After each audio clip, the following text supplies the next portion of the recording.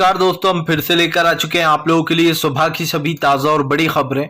फटाफट अंदाज में एक एक कर बताएंगे आपको आज देश और दुनिया से क्या बड़ी खबरें निकलकर सामने आ रही हैं। लेकिन उससे पहले दोस्तों एक नजर डालेंगे सुर्खियों पर। प्रधानमंत्री नरेंद्र मोदी की हार से बौखलाई गोदी मीडिया, तो बलि का बकरा बना डाला जेपी नड्डा को। कांग्रेस बोली मोदी की हार से क्यों डर रही है मीडिया। वहीं पर अगली बड़ी खबर में हम आपको बताएंगे दोस्तों, दरअसल आपको बताते चले राहुल गांधी का बीजेपी के ऊपर बड़ा हमला। बोले कर्नाटक में भ्रष्टाचार फैला रखा था बीजेपी ने, 40% वाली कमीशन सरकार। वहीं पर अगली बड़ी खबर में हम आपको बताएंगे दोस्तों, दरअसल आपको बताते चले उद्धव ठाकरे का बीजेपी के ऊपर बड़ा हमला। बोले सुप्रीम कोर्ट ने भी माना है कि बेईमानी से चल रही है बीजेपी की सरकार, थोड़ी भी शर्म है तो दे डालो अपना इस्तीफा। वहीं पर अगली बड़ी खबर में हम आपको बताएंगे दोस्तों, आम आदमी पार्टी के अरविंद केजरीवाल हुए बीजेपी के ऊपर हमलावर। बोले अभी भी देश में कानून जिंदा है। दरअसल आपको बता दें कल फैसला आया था कि दिल्ली की सरकार पर आम आदमी पार्टी का ही कब्जा रहेगा, उसमें एलजी अपनी दखलंदाजी नहीं कर सकते। इसी को लेकर जो है गदगद है आम आदमी पार्टी और सीजेआई को नया हीरो बता दिया है। वहीं पर अगली बड़ी खबर में हम आपको बताएंगे दोस्तों, कर्नाटक ने तय कर दी 2024 की लड़ाई। जी हां, इस बार कांग्रेस बीजेपी को उखाड़ फेंकेगी। वहीं पर अगली बड़ी खबर में हम आपको बताएंगे दोस्तों, नीतीश कुमार ने की उद्धव ठाकरे और शरद पवार से मुलाकात। जी हां, नीतीश कुमार बोले 2024 में देखिएगा बीजेपी के साथ क्या होने वाला है, और बड़ी भविष्यवाणी कर दी है। कर्नाटक की जीत से गदगद होगा नीतीश कुमार। वहीं पर अगली बड़ी खबर में हम आपको बताएंगे दोस्तों, अतीक और अशरफ वाले मामले पर मौलाना तोखिर रजा का वीडियो हुआ सोशल मीडिया पे वायरल। बोले जितना हाथ बीजेपी का है अतीक अशरफ को मानने में, उससे कम अखिलेश का नहीं। बताएंगे क्या कुछ बोला है। वहीं पर अगली बड़ी खबर में हम आपको बताएंगे दोस्तों, सुप्रीम कोर्ट ने 2 ऐतिहासिक फैसले सुनाए, दोनों में बीजेपी को बड़ा झटका लगा है। वहीं पर अगली बड़ी खबर में हम आपको बताएंगे, संजय रावत का बीजेपी के ऊपर बड़ा हमला। बोले देश को बांटने की काम कर रही थी बीजेपी, बेईमानी से चला रही है अपनी सरकार। वहीं पर अगली बड़ी खबर में हम आपको बताएंगे दोस्तों, ओवैसी ने बीजेपी के ऊपर साधा निशाना। बोले प्रधानमंत्री को 2 कदम पे बैठी हुई देश की बेटियां नहीं दिख रही। द केरल स्टोरी को प्रमोट करने का टाइम है, लेकिन पहलवानों से मिलने का नहीं। तो तमाम खबरें दोस्तों एक एक कर देंगे। फिलहाल खैर चलिए बढ़ते हैं सबसे पहली और सबसे बड़ी खबर की ओर। दरअसल दोस्तों आपको बताते चले, करारी हार के बाद राहुल गांधी से डरी बीजेपी, 2024 का प्लान से बीजेपी की खिसकी नैया। दरअसल आपको बता दें राहुल गांधी ने बीजेपी के ऊपर हमला बोल दिया। राहुल गांधी का कहना है कि कर्नाटक के लोग 40% वाली सरकार के दबाव में जी रहे थे, अब से कर्नाटक में ये खत्म होगा। राहुल गांधी ने कहा कि जैसे ही हम सरकार बनाएंगे पहली ही कैबिनेट में महिलाओं से किए हुए वादों को पूरा किया जाएगा। राहुल गांधी ने कहा कि ये जीत हमारी नहीं, ये जीत जनता की है। जाहिर सी बात है दोस्तों, कर्नाटक में भ्रष्टाचार फैला दिया था। अब कहां गया मोदी मैजिक। जो लोग कहते थे मोदी मैजिक है दोस्तों, फुस हो गया मोदी मैजिक। और बलि का बकरा किसे बनाया है, इसमें हम आगे बताएंगे आपको कि मोदी सरकार की हार के बाद मोदी सरकार का चेहरा गायब कर दिया जाता है, ताकि लोगों को यह ना लगे कि अरे मोदी के मैजिक तो चला ही नहीं यहां पर। इसलिए गोदी मीडिया बड़ी आसानी से मोदी सरकार के चेहरे को गायब कर देती है। लेकिन बात सिर्फ इतनी सी नहीं है, राहुल गांधी यही नहीं रुके। राहुल गांधी ने कहा कि फिलहाल तमाम लोग जो लोग बीजेपी की महंगाई से गरीबी से परेशान थे उस पर भी हम एक्शन लेंगे। आपको बताते चले दोस्तों, कांग्रेस की कर्नाटक में बड़ी जीत बताई जा रही है। हालांकि तमाम जो मामले हैं, जो सर्वे जो 13 तारीख के दिन यानी कि परसों के दिन वो आएगा पूरा रिजल्ट, लेकिन तमाम जितने भी एग्जिट पोल हैं उन सब ने पहले ही बता दिया कि कांग्रेस को कितने प्रतिशत वोट मिले हैं। कांग्रेस की सबसे बड़ी जीत हुई है। आपको बता दें कर्नाटक एक ऐसा राज्य माना जाता है जहां से इंदिरा गांधी ने अपनी सत्ता में वापसी की थी, और अब माना जा रहा है दोस्तों राहुल गांधी उसी चीज को दोहराने जा रहा है। माना जा रहा है राहुल गांधी अपनी राजनीति को जिस तरीके से उन्होंने बदला है, उसी तरीके से कर्नाटक के गेम चेंजर भी राहुल बनेंगे। या यूं कहते हैं दोस्तों कि अपने दादी के इतिहास को दोहराते हुए भी नजर आ सकते हैं राहुल। 2024 की लड़ाई दोस्तों कर्नाटक से शुरू हो गई है। कर्नाटक, इससे पहले हिमाचल कांग्रेस ने जीता, और कांग्रेस ने बता दिया कि हिंदुत्व की राजनीति हर जगह काम नहीं आती है। चलिए बढ़ते हैं एक और अगली बिग ब्रेकिंग की तरफ बता दोस्तों, अगली जो बड़ी खबर निकल कर आ रही, बीजेपी को मिली करारी हार से दोस्तों गदगद हुए नीतीश, बोले 2024 में देखिए हम क्या करने वाले हैं। दरअसल आपको बताते चले दोस्तों, कल उद्धव ठाकरे और शरद पवार से मिले नीतीश कुमार। उद्धव ठाकरे शरद पवार से मिलने के बाद नीतीश ने अब जो है बीजेपी के ऊपर हमला बोल दिया है। नीतीश कुमार ने कहा कि आज हमारे देश के इतिहास को बदलने की कोशिश की जा रही है। हमारे देश में जो मीडिया की आजादी थी, जो फ्रीडम था, उसको छीन लिया गया है। आज हमारे देश की जो मीडिया है वो सिर्फ और सिर्फ दोस्तों आप समझिए उतना ही बोल पाती है जितना उसको बोलने दिया जाता है।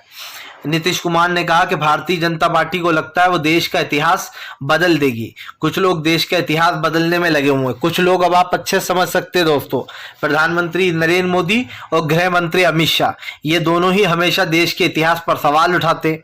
ये तो कुछ नहीं, गृह मंत्री तो इतने आगे बढ़ गए, वो कहते हैं कि हमारे देश का इतिहास सही से लिखा नहीं गया। बताइए आप, जो इतिहासकार थे दोस्तों उन्होंने देश का इतिहास लिखा है, लेकिन उसके बाद भी हमारे देश का एक गृह मंत्री कहता है कि देश के इतिहास में कई चीजें मिसिंग है, वो लिखी नहीं गई हैं। अरे भैया, इतिहासकार आप नहीं थे, जो इतिहासकार थे पुराने लोग, जो अब तो मर खिर गए दोस्तों, वो लोग इतिहास लिख के गए हैं। उनको पता है उस जमाने में क्या हुआ, कैसे क्या हुआ। आप तो उस जमाने में थे ही नहीं, तो आप कैसे कह सकते हो कि इतिहास में कुछ चीजें छूट गई हैं, गलत लिखी हैं। ये तो आपकी मनधड़क कहानियां हैं। जैसे द केरल स्टोरी आपके लिए बिल्कुल सही है, प्रधानमंत्री जो है फिल्म प्रमोटर बन गए, केरल स्टोरी को प्रमोट करते फिर रहे। वैसे ही दोस्तों नीतीश ने बीजेपी को अब याद दिलाया कि फिलहाल इतिहास से खेलना सही नहीं है। नीतीश कुमार ने कहा कि ये तो सिर्फ शुरुआत है, 2024 में देखिएगा हम क्या करने वाले हैं। आपको बता दें दोस्तों, नीतीश कुमार के एटीट्यूड से लग रहा है कि 2024 में बीजेपी के साथ खेल होने वाला है, और ये खेल कोई ऐसा वैसा खेल नहीं, लंबा खेल है। चलिए बढ़ते हैं एक और अगली बिग ब्रेकिंग की तरफ। बता दोस्तों, अगली जो बड़ी खबर निकल कर आ रही है, आपको बता दें, एग्जिट पोल देखकर रोने लगी गोदी मीडिया, गोदी मीडिया की रुदाली हो गई शुरू। दरअसल दोस्तों ऐसा लगता है प्रधानमंत्री ने पूरी गोदी मीडिया को गोद में ले रखा है। जैसे ही प्रधानमंत्री चुनाव कहीं पर हारते हैं, वैसे ही मीडिया रोने लगती है। कुछ लोग कहने लगते हैं कि दादागिरी से चुनाव जीता है कांग्रेस ने, तो कुछ लोग कहने लगते हैं कि वहां पर प्रधानमंत्री तो थे ही नहीं। आप समझिए, प्रधानमंत्री ने जाकर इतना बड़ा रोड शो किया, कर्नाटक के लोगों के दिमाग में डालने की कोशिश की कि ये लोग बजरंग बली का अपमान कर रहे हैं, बजरंग दल को बैन कर बजरंग बली का अपमान कर रहा है, इनको हराना। लेकिन प्रधानमंत्री की जो बड़बोली बातें थी उसको किसी ने नहीं सुना। यहां तक कि जो लोग कहते थे कि मोदी मैजिक है, मोदी मैजिक, उसको भी नजरअंदाज कर दिया गया। कोई मोदी मैजिक नहीं है। अगर चुनाव सही से लड़ा जाए दोस्तों, तो ना मोदी मैजिक काम आता है, ना कोई और सा मैजिक काम आता है। इस देश में सबसे पावरफुल अगर कोई सीएम था, तो वो दोस्तों आप समझिए देश के एक ऐसे सीएम थे जिन्होंने सबके बारे में सोचा, और वो कौन थे? मनमोहन सिंह साहब। मनमोहन सिंह साहब की राजनीति को आज भी लोग याद करते हैं। माना जाता है उनके कार्यकाल में सबसे अच्छा दौर था। यही कारण है कि मनमोहन सिंह साहब की लोग रिस्पेक्ट भी बहुत करते हैं। प्रधानमंत्री की तरह नहीं, जहां पर हिंदू मुसलमान करने लगे, कभी बजरंग बली का मुद्दा उठा लिया, कभी किसी और चीज का मुद्दा उठा लिया। कांग्रेस की राजनीति स्पष्ट है, वो देश के मुद्दों पर लड़ती है। आज महंगाई क्यों बढ़ रही है, गरीबी क्यों बढ़ रही है, बेरोजगारी क्यों बढ़ रही है। और बीजेपी के मुद्दे क्या होते हैं दोस्तों? जिनका देश से पेट से कुछ लेना देना ही नहीं है, मंदिर मस्जिद, हिंदू मुसलमान, कब्रिस्तान, शमशान, इस पर तो वो चुनाव लड़ती है बीजेपी। लोग भी सोचते होंगे बेचारे, अरे भैया धर्म खाने को थोड़ी ना दे देगा, आप कुछ भी कहते रहो, इन मुद्दों से कोई मतलब नहीं निकलना है। और यही कारण है जो बीजेपी को करारी हार का सामना करना पड़ा। दोस्तों देश में भाईचारा कल भी था, आज भी है और हमेशा रहेगा। और क्यों ना रहे। आप दोस्तों कभी भी किसी की मदद ये सोचकर नहीं करते कि किस धर्म का है। कोई से भी धर्म का इंसान होता है, इंसान उसकी मदद करता है, और यही तो इंसानियत है। अगर इंसान धर्म के नाम पर दोस्तों ये सोचने लगे कि ये इस धर्म का है, मैं इसकी हेल्प नहीं करूंगा, तो फिर इंसानियत कहाँ रह गई इंसान में। कोई सा भी धर्म हो, हम सब लोग एक ही है दोस्तों, ये तो दुनिया में बना है धर्म, इंसान तो एक ही है ना। फिलहाल गोदी मीडिया क्यों रो रही है ये भी सुन लीजिए। अब गोदी मीडिया ने जेपी नड्डा को बलि का बकरा बना दिया है। गोदी मीडिया ने प्रधानमंत्री के फोटो की जगह जेपी नड्डा को डाल दिया, और जेपी नड्डा को बताया जा रहा है कि देखिए जेपी नड्डा के सामने खरगे जो है वो कैसे भारी पड़े। जबकि दोस्तों आप समझिए, प्रचार किसने किया है कर्नाटक में जाके सबसे ज्यादा? नरेंद्र मोदी ने। किसकी वजह से कर्नाटक हारे? नरेंद्र मोदी मेन चेहरा थे, क्योंकि ये पूरे तमाम बीजेपी के लोग हर जगह यही कहते हैं मोदी जी के चेहरे पर वोट देना। खुद प्रधानमंत्री नरेंद्र मोदी जहां जाते कहते मुझे देखो, मुझे देखकर वोट देना, ये मत देखना कौन प्रत्याशी खड़ा हुआ है। बताइए आप, नगर निकाय के चुनाव हैं तो मोदी जी कह देते मुझे देखकर वोट दो, विधानसभा के चुनाव होते हैं तो कहते मुझे देखकर वोट दे दो। मतलब आप किसी सटोरिये, शराबी, रेपिस्ट को चुनाव में खड़ा कर दोगे और आपको देख के हम वोट दे दें। इतनी पागल नहीं है इस देश की जनता। चलिए बढ़ते हैं एक और अगली बिग ब्रेकिंग की तरफ। बता दोस्तों अगली जो बड़ी खबर निकल कर आ रही है आपको बताते चले दोस्तों, उद्धव ठाकरे की सरकार को चेतावनी। बोले सुप्रीम कोर्ट ने भी साबित कर दिया कि सरकार गलत तरीके से, अवैध ढंग से बनाई गई है। दरअसल दोस्तों कल सुप्रीम कोर्ट ने सुनवाई करते हुए उद्धव ठाकरे वाले मामले में फटकार लगाई स्पीकर को और एकनाथ शिंदे को। दोस्तों आपको तो पता ही है कि बीजेपी के जितने भी राज्यपाल हैं वो सब के सब दोस्तों बीजेपी के हक में फैसला देते हैं। सरकार गिराने की जो जल्दबाजी है वो स्पीकर को इतनी होती है कि प्रधानमंत्री के कहने पर बस एक दिन में ही सरकार गिरा देता है स्पीकर। ऐसा ही मध्य प्रदेश के स्पीकर ने किया था, राज्यपाल ने किया था, और अब ऐसे ही दोस्तों महाराष्ट्र के राज्यपाल ने भी किया। महाराष्ट्र के राज्यपाल को फटकार लगाई सुप्रीम कोर्ट ने और स्पीकर से कहा कि फिलहाल जल्दबाजी में फैसला लिया गया उद्धव की सरकार गिराने के लिए। हालांकि उद्धव ठाकरे से भी सुप्रीम कोर्ट ने कहा कि आपको जो है फ्लोर टेस्ट पहले इस्तीफा नहीं देना चाहिए था, आपकी सरकार बच सकती थी। आपको बताते चले दोस्तों, माना जा रहा है डीवाई चंद्रचूड़ के ये फैसले ऐतिहासिक फैसले हैं क्योंकि इससे बीजेपी को बड़ा झटका लग रहा है। यही कारण है जो उद्धव ठाकरे अब बीजेपी के ऊपर हमलावर हो गए। उद्धव ठाकरे ने कहा कि अगर जरा सी भी शर्म बाकी है तो अपना इस्तीफा खुद ही दे डालो। आपको बताते चले दोस्तों, महाराष्ट्र की सरकार गिराने के बाद बीजेपी की शाणपट्टी जो है वो सामने आ गई थी। कैसे स्पीकर ने जानबूझकर जो है सरकार गिरवाई उद्धव ठाकरे की और एकनाथ शिंदे की बनवा दी। और ऐसा का ऐसा सेम खेल मध्य प्रदेश में हुआ था जब सुप्रीम कोर्ट पे सवाल भी उठे थे। उस वक्त यश बोबड़े जो है दोस्तों, यश बोबड़े जो है देश के सीजीआई थे, और आपको तो पता ही है यश बोबड़े हो या रंजन गोगोई, ये दोनों बीजेपी के हक में फैसले देते थे। कहने को तो ये देश के सीजीआई थे दोनों, लेकिन फैसले बीजेपी के हक में दिया करते थे और इसीलिए इनकी निष्पक्षता पर सवाल भी उठा करता था। फिलहाल चलिए बढ़ते हैं एक और अगली बिग ब्रेकिंग की तरफ। बता दोस्तों अगली जो बड़ी खबर निकल कर आ रही है आपको बताते चले दोस्तों, अतीक अशरफ की हत्या के ऊपर भड़के दोस्तों मौलाना तोक़िर रजा, दे दिया फिर से विवादित बयान। दरअसल दोस्तों आपको बताते चले मौलाना तोक़िर रजा का एक वीडियो सोशल मीडिया पे तेजी से वायरल हो रहा है। इस वीडियो में मौलाना तोक़िर रजा कहते हुए नजर आ रहा है कि जितना अतीक और अशरफ को मारने में बीजेपी का हाथ है उससे कम अखिलेश का नहीं। अखिलेश यादव की वजह से आजम खान को कई साल जेल में रहना पड़ा, मजे अखिलेश ने लूटे और सजा आजम खान को मिली। आपको बता दें मौलाना तोक़िर रजा ने कहा कि मैं फिर कहता हूं, ये लोग देश को हिंदू राष्ट्र बनाने की जो बात करते हैं, चाहे ये जितने भी हिंदुत्ववादी लोग हो, ये लोग देश को हिंदू राष्ट्र बनाकर रहेंगे अगर अब तुमने मेरी बात सीरियस नहीं सुनी। मौलाना तोक़िर रजा ने कहा कि जो लोग हिंदू राष्ट्र बनाने की बात कर रहे हैं वो देश में नफरत फैला रहा है। ये देश एक सेकुलर कंट्री है दोस्तों, जहां पर सभी जात और धर्म के लोग रहते हैं। इस देश का हिंदू राष्ट्र बनना नामुमकिन है, बल्कि नामुमकिन क्या, इसकी बात करना ही बेवकूफ़ी अपने आप में। लेकिन उसके बाद भी दोस्तों बीजेपी के नेता इस तरीके की बयानबाजी करते हैं और ये ट्रेंड शुरू किया है धीरेन्द्र शास्त्री ने। अब इसको लेकर बीजेपी के ऊपर जमकर भड़क गए हैं तोक़िर रजा। लेकिन तोक़िर रजा ने एक बयान भी दे डाला दोस्तों, उसमें उन्होंने कहा कि अगर अब भी तुम लोग ये सोचते रहे और मेरी बात को सीरियसली नहीं लिया तो याद रखना कि ये देश एक हिंदू राष्ट्र बन जाएगा, बीजेपी इसको हिंदू राष्ट्र बनाकर रहेगी। जबकि दोस्तों तोक़िर रजा खुद भी जानते हैं कि वो अपने प्रत्याशियों को प्रमोट कर रहा है, ऐसा कभी होने वाला है नहीं। हाँ ये बात सच है कि सतर्क रहना है, लेकिन इसका ये मतलब नहीं है कि हम देश में हिंसा फैलाएं या फिर मोर्चे लेकर खड़े हो जाएं। जब इसकी जरूरत पड़ेगी तो जरूर खड़े होंगे।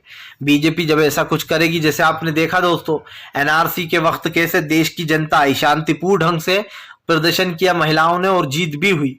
ऐसे ही दोस्तों कोई भी अगर चीज होती है तो उसका एक प्रोटेस्ट का तरीका होता है, वो होता है शांतिपूर्वक तरीका। और यही कारण है जो बीजेपी के ऊपर हमेशा भारी पड़ती है महिलाएं। शांतिपूर्वक तरीके से चाहे वो योगी हो मोदी हो, हर एक को धूल चटाने का काम किया है। आपको बताते चले दोस्तों तमाम लोग जितने भी कर्नाटक में गए थे सबकी जमानत जब्त हो गई है। यही कारण है तोकीर रजा जो बात बोल रहे हैं कि अखिलेश भी उतने ही जिम्मेदार हैं। मुझे नहीं लगता दोस्तों कि अखिलेश ने आजम खान को छुड़ाने की कोशिश नहीं की। अखिलेश ने पूरी कोशिश की लेकिन सत्ता बीजेपी की थी। चलिए बढ़ते हैं एक और अगली बिग ब्रेकिंग की तरफ। बता दोस्तों अगली जो बड़ी खबर निकल कर आ रही है आपको बताते चले दोस्तों, बीजेपी के ऊपर गर्जे असदुद्दीन ओवैसी, बोले मोदी सरकार को फिल्म प्रमोट करने का समय है लेकिन पहलवानों से मिलने का समय बिल्कुल नहीं है। दरअसल दोस्तों हमारे देश के पहलवान जिन्होंने देश के लिए मेडल हासिल किए, आप समझिए हमारे देश का नाम रोशन किया, आज उन पहलवानों को मोदी सरकार ने सड़क पर अकेला छोड़ दिया है। सवाल ये उठता है कि सिर्फ एक बीजेपी के दरिंदे नेता को बचाने की कोशिश क्यों की जा रही है, और वो भी एक ऐसा नेता दोस्तों जिसके ऊपर 40 मुकदमे दर्ज हैं। वो कोई संत आदमी तो है नहीं, उसके ऊपर दोस्तों कई छेड़खानी के, रेप वगैरह के, इस तरीके के मुकदमे, मारपीट के तमाम मुकदमे उसके ऊपर दर्ज हैं। उसके बावजूद भी आप समझिए दोस्तों इस बृजभूषण के खिलाफ अब तक बीजेपी ने कोई कार्रवाई नहीं की। ऊपर से सीएम खट्टर कहते हैं दोस्तों, बेशर्मी का बयान सुनिए। खट्टर का भी हाल ही में बयान आया जहां पर खट्टर कहते हैं कि जो पहलवान है इस आंदोलन को लंबा ना खींचे, वो लोग देश के लिए मेडल जीते। बताइए आप, शर्म आ नहीं रही है कि 2 एफआईआर दर्ज का तो आप कह रहा हो लेकिन उस 2 एफआईआर में एक पॉक्सो एक्ट लगा हुआ है और पॉक्सो एक्ट में दोस्तों तुरंत गिरफ्तारी होती है, लेकिन बृजभूषण की अब तक गिरफ्तारी क्यों नहीं हुई? सवाल ये उठता है। बीजेपी खुद ही आप समझिए कानून की धज्जियां उड़ा रही है और लोगों को ज्ञान बांट रही है कि लंबा मत चलाइए। ओवैसी ने कहा कि फिलहाल देश की बेटियों से मिलने का समय नहीं, लेकिन प्रधानमंत्री को द केरल फिल्म को प्रमोट करने का समय है। आपको बता दें ओवैसी ने कहा कि बीजेपी एक प्रोपेगेंडा सरकार है जो प्रोपेगेंडा फिल्मों को बढ़ावा देती है। जाहिर सी बात है दोस्तों ये मामला इसलिए भी इतना खींचा बीजेपी ने द केरल स्टोरी का, क्योंकि बीजेपी को लगा था इस मुद्दे से कर्नाटक में उन्हें फायदा मिलेगा, लेकिन बीजेपी दोस्तों धूल चाट गई। आप समझिए, मैंने तो पहले ही कहा था द केरल स्टोरी लाए या कुछ भी लाए, बीजेपी को कुछ फायदा नहीं मिलेगा। चलिए बढ़ते हैं एक और अगली बिग ब्रेकिंग की तरफ। बता दोस्तों अगली जो बड़ी खबर निकल कर आ रही है आपको बताते चले दोस्तों, गोदी मीडिया द ग्रेट खली आया दोस्तों भाजपा के अंडर। आपको बताते चले दोस्तों जिसने कभी हमारे देश के लिए दोस्तों नाम रोशन किया था, द ग्रेट खली, अब वो बीजेपी की दलाली कर रहा है। जी हाँ, द ग्रेट खली ने अब खिलाड़ियों के धरने को जो है राजनीतिक से प्रेरित बता दिया है। कहा ये तो राजनीतिक से प्रेरित धरना दे रहे हैं खिलाड़ी। आप समझिए दोस्तों खुद एक खिलाड़ी है जो है खली, उसके बाद भी उन तमाम बेचारे जितने भी प्रोटेस्टर हैं जो प्रोटेस्ट कर रहे हैं उनको जो है ये राजनीतिक प्रेरित बता रहा है। अगर दोस्तों यही काम खली की बेटी के साथ हुआ होता या खली की किसी महिला खिलाड़ी बहन के साथ हुआ होता तो फिर शायद खली का सोचना कुछ और होता। जाहिर सी बात है द ग्रेट खली बीजेपी की चापलूसी कर रहा है, क्योंकि आपको बता दें बीजेपी से द ग्रेट खली के काफी अच्छे ताल्लुकात हैं, आपको तो पता ही है। हालांकि कहना नहीं चाहिए अब राजू श्रीवास्तव दुनिया में नहीं रहे दोस्तों, लेकिन राजू श्रीवास्तव किस तरीके से बीजेपी की दलाली करने लगे थे। एक कॉमेडियन से हटके वो लोग राजू श्रीवास्तव हिंदू मुसलमान पे उतर आए थे, और अब वैसा ही काम दोस्तों ये द ग्रेट खली कर रहा है। राजू श्रीवास्तव तो इस दुनिया में नहीं रहे, लेकिन अब दोस्तों द ग्रेट खली उतर गया है, इसलिए द ग्रेट खली अब खली नहीं रहा है दोस्तों, अब वो बीजेपी के प्रवक्ता बन गया है। चलिए बढ़ते हैं एक और अगली बिग ब्रेकिंग की तरफ। बता दोस्तों अगली जो बड़ी खबर निकल कर आ रही है आपको बताते चले दोस्तों, कर्नाटक के एग्जिट पोल में कांग्रेस को मिली सबसे बड़ी जीत तो बीजेपी को लगा दोस्तों सबसे बड़ा सदमा। दरअसल दोस्तों मुझे खुशी पता है किस बात की है कि जो विश्वराज बॉम्बई था दोस्तों उसका घमंड चकनाचूर हो गया। जो विश्वराज बॉम्बई था उसे लगता था कि वो हिजाब पर बैन लगा देगा, कई लड़कियों को जो है एग्जाम नहीं देने देगा और जो क्रूरता दिखाएगा इससे फायदा मिलेगा। लेकिन दोस्तों विश्वराज बॉम्बई कहता है कि मुझे इस एग्जिट पोल पर भरोसा नहीं है, मुझे यकीन नहीं है, मुझे नहीं लगता ऐसा कुछ होगा। आप समझिए हार का बेचारे को सदमा हो गया है दोस्तों विश्वराज बॉम्बई को, क्योंकि अब ना कर्नाटक में हिजाब वाला मुद्दा काम आया, ना ही कर्नाटक में इनकी दोस्तों आप समझिए चिल्ली पुकार काम आई। जाहिर सी बात है बजरंग दल भी बैन होगा और जो हिजाब पर बैन लगाने की बात की गई है सरकार बदलने से ही दोस्तों अब उस बैन को हटाया जाएगा, क्योंकि स्कूल में कौन क्या पहनेगा कौन क्या नहीं पहनेगा इसका फैसला दोस्तों खुद स्वयं आप कर सकते हो। ये किसी के बाप में दम नहीं है, किसी सरकार में दम नहीं है कि वो ऐसा रूल्स बनाए। जिसको जो पहनना है वो पहनेगा। फिलहाल दोस्तों वीडियो अच्छा लगे तो कृपया लाइक करें, चैनल पे पहली बार आए सब्सक्राइब कर लें ताकि ऐसे वीडियो